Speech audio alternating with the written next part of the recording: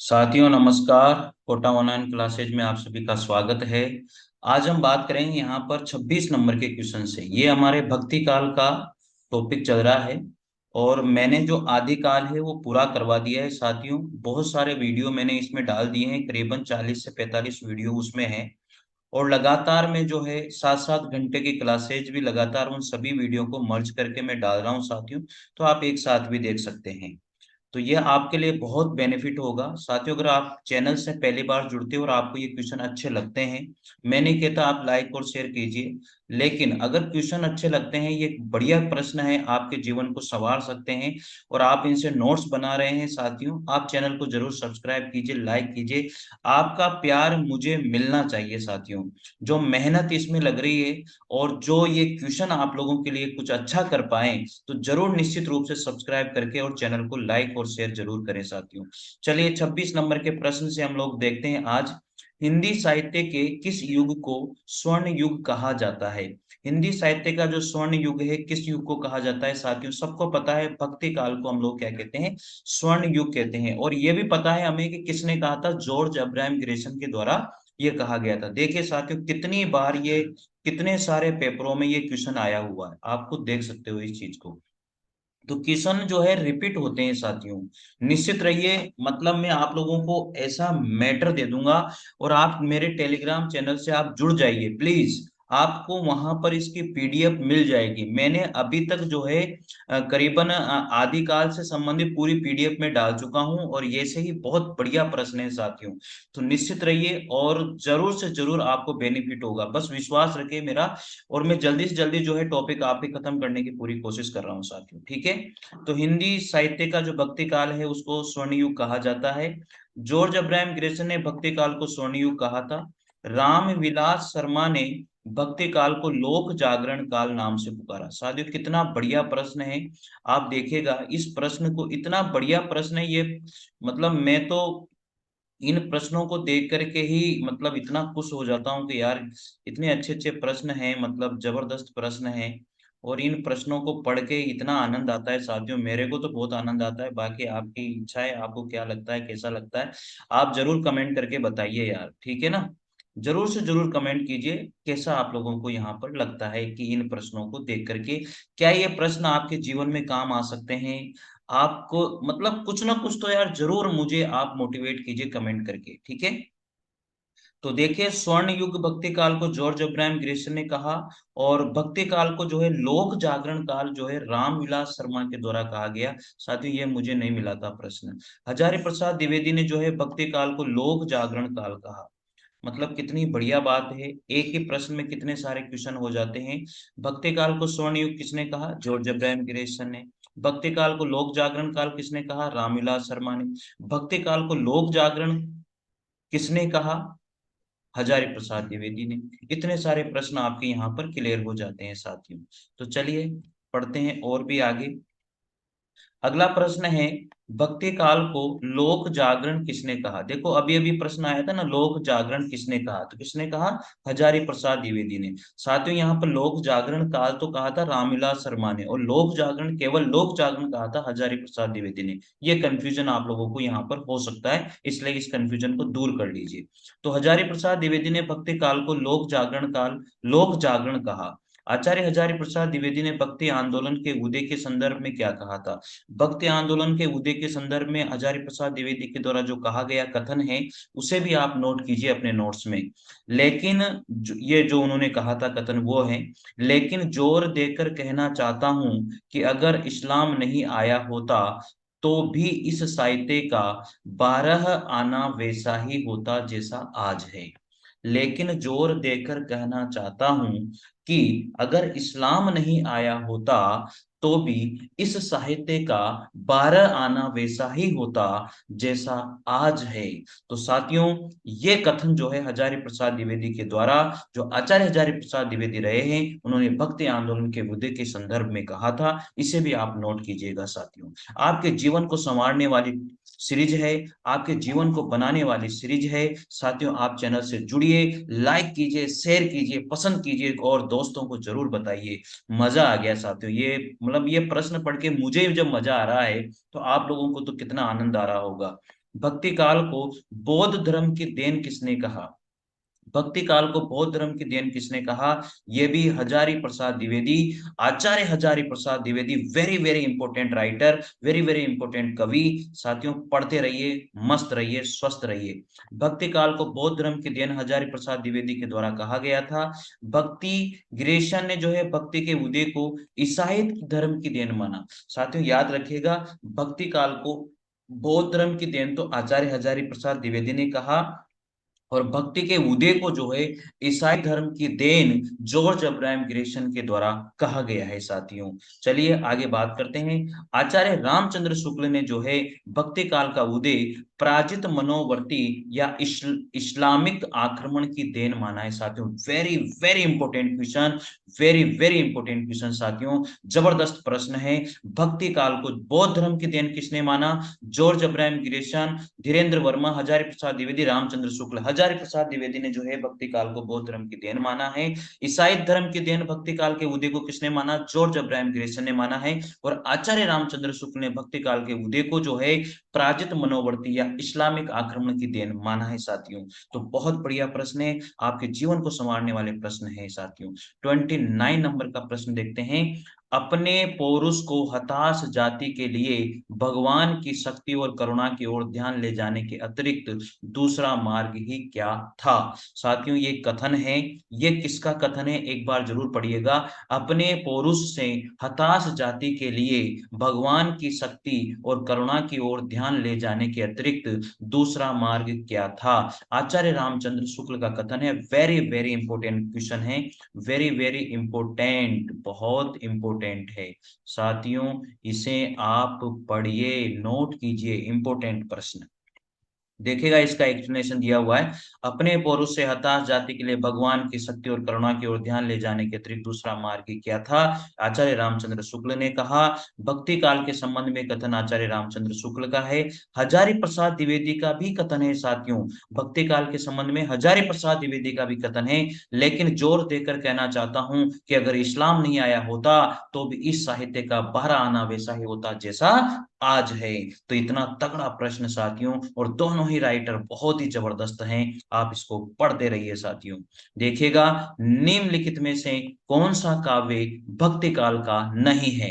निम्नलिखित में से कौन सा काव्य भक्ति काल का नहीं है? संत काव्य भी है, राम भक्ति काव्य भी है, सूफी काव्य भी है, लेकिन छायावादी काव्य तो यार छायावाद का ही है। साथियों भक्ति काल का क्यों रहेगा? वेरी वेरी इंपॉर्टेंट प्रश्न देखिएगा।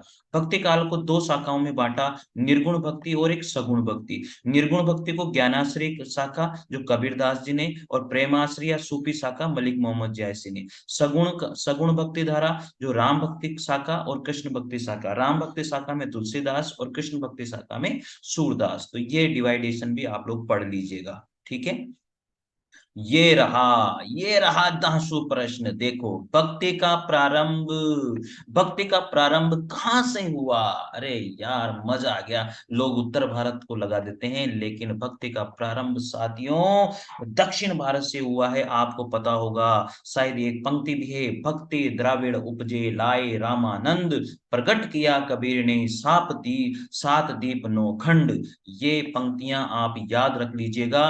भक्ति का जो प्रारंभ हुआ है वो दक्षिण भारत से हुआ है। साथियों कहां से हुआ है?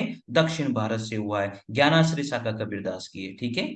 तो आचार्य रामचंद्र शुक्ल ने दक्षिण में भक्ति का उद्भव स्वीकार किया है, भक्ति का प्रारंभ दक्षिण भारत से माना है, ये ऐसा आचार्य रामचंद्र शुक्ल कहते हैं। और ये पंक्तियां इसको चरितार्थ करती है। साथियों भक्ति द्राविड़ उपजी लाए रामानंद, प्रकट किया कबीर ने सात दीप नौ खंड। मजा आ गया साथियों।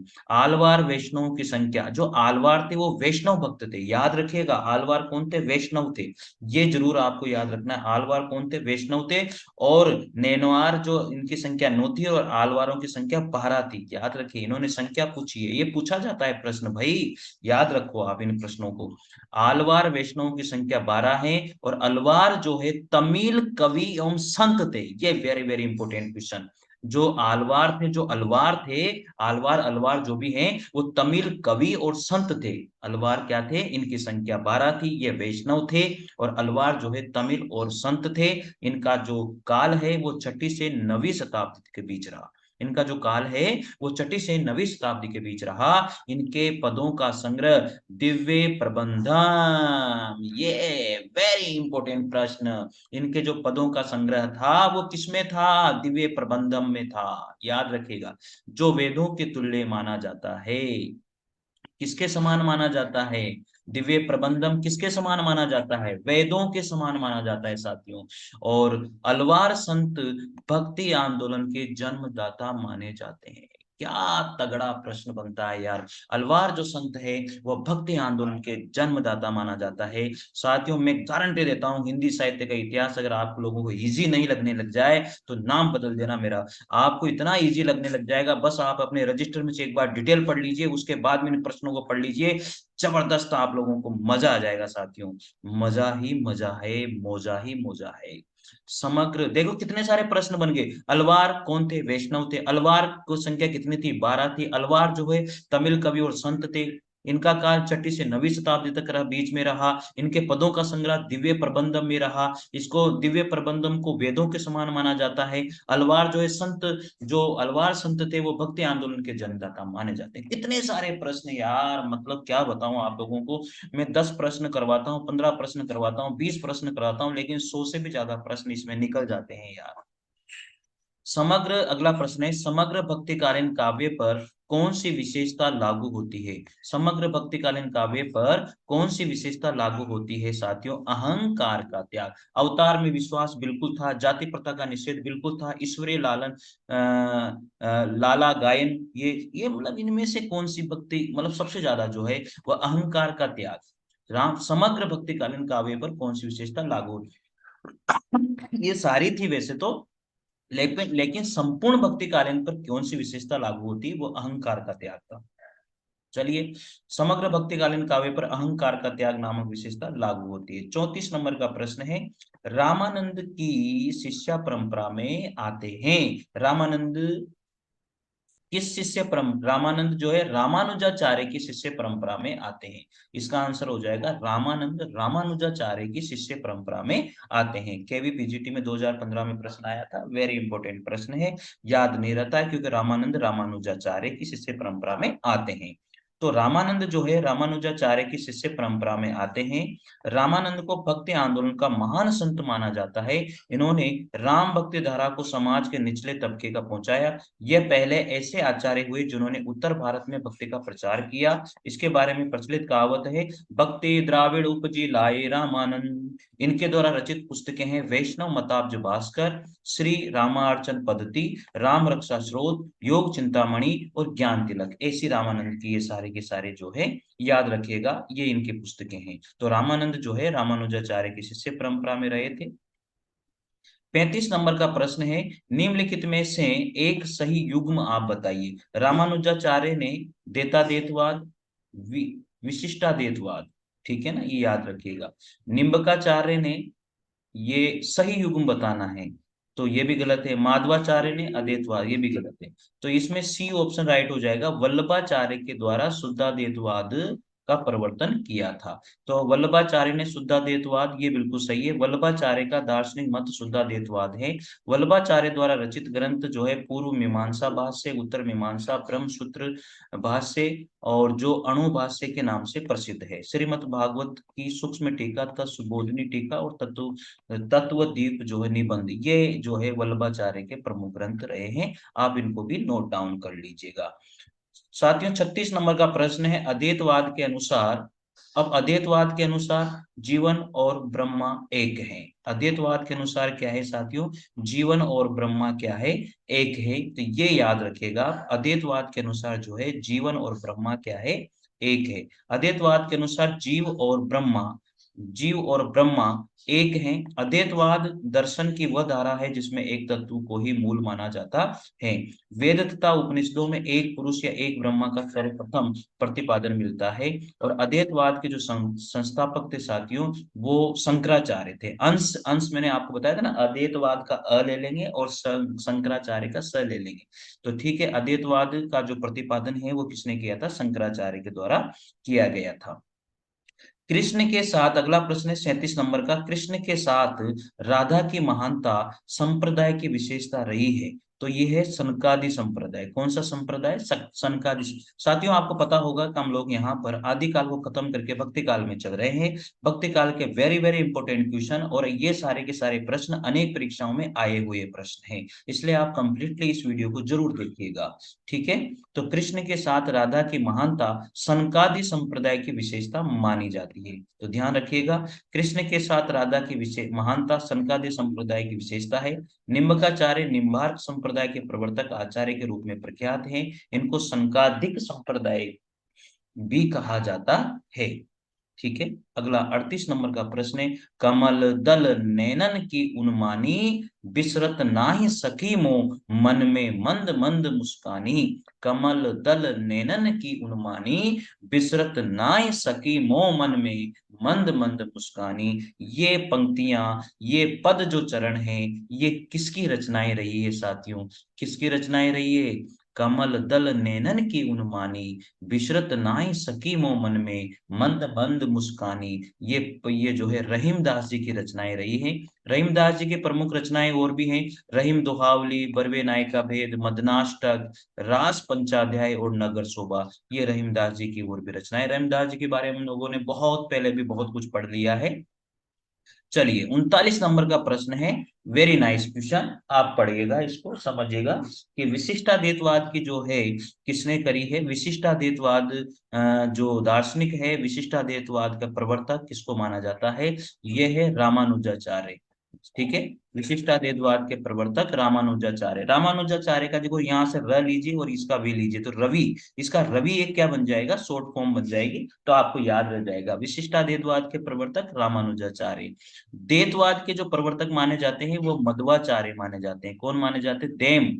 द्वैतवाद के प्रवर्तक कौन माने जाते हैं? मध्वाचार्य। शुद्धाद्वैतवाद के प्रवर्तक किसको माना जाता है साथियों? विष्णु स्वामी को माना जाता है। और द्वैताद्वैतवाद के प्रवर्तक किसको माना जाता है? दैनी निम्बार्काचार्य को माना जाता है। तो ये इस तरह से आप याद रखें, इसमें डी ऑप्शन या आप लोगों के लिए हो जाएगा। सारे के सारे वेरी इंपॉर्टेंट क्वेश्चन है। विशिष्टाद्वैतवाद का रामानुजाचार्य, द्वैतवाद का मध्वाचार्य, शुद्धाद्वैतवाद का विष्णु स्वामी और द्वैताद्वैतवाद के निम्बकाचार्य हैं। ये आप लोगों ने पहले भी पढ़ लिया होंगे। 40 नंबर का प्रश्न है, संवत 1375 से 1700 तक के साहित्य में कौन सी भावधारा परिलक्षित होती है? तो सबको पता है ये भक्ति काल है। संवत 1375 से 1700 तक जो साहित्य रहा वो भक्ति काल का रहा है, तो आप सबको पता होगी कौन सी भावधारा रहेगी, उसमें भक्ति की भावधारा रहेगी साथियों। तो संवत 1375 से 1700 तक साहित्य में भक्ति भावधारा परिलक्षित होती है। इस काल में भक्ति अपने चरम उत्कर्ष पर थी। तुलसी और सूर जैसे कवियों ने भक्ति का पूर्ण प्रचार किया। डॉक्टर जॉर्ज अब्राहम ग्रेशन ने जो है भक्ति काल को हिंदी का स्वर्ण युग कहा है साथियों। ठीक है, तो साथियों अब ये प्रश्न जो 40 तक हम लोगों ने किए 26 से, अब अगले वीडियो में हम लोग करेंगे 41 नंबर के प्रश्न से। कहां से करेंगे? 41 नंबर के प्रश्न से।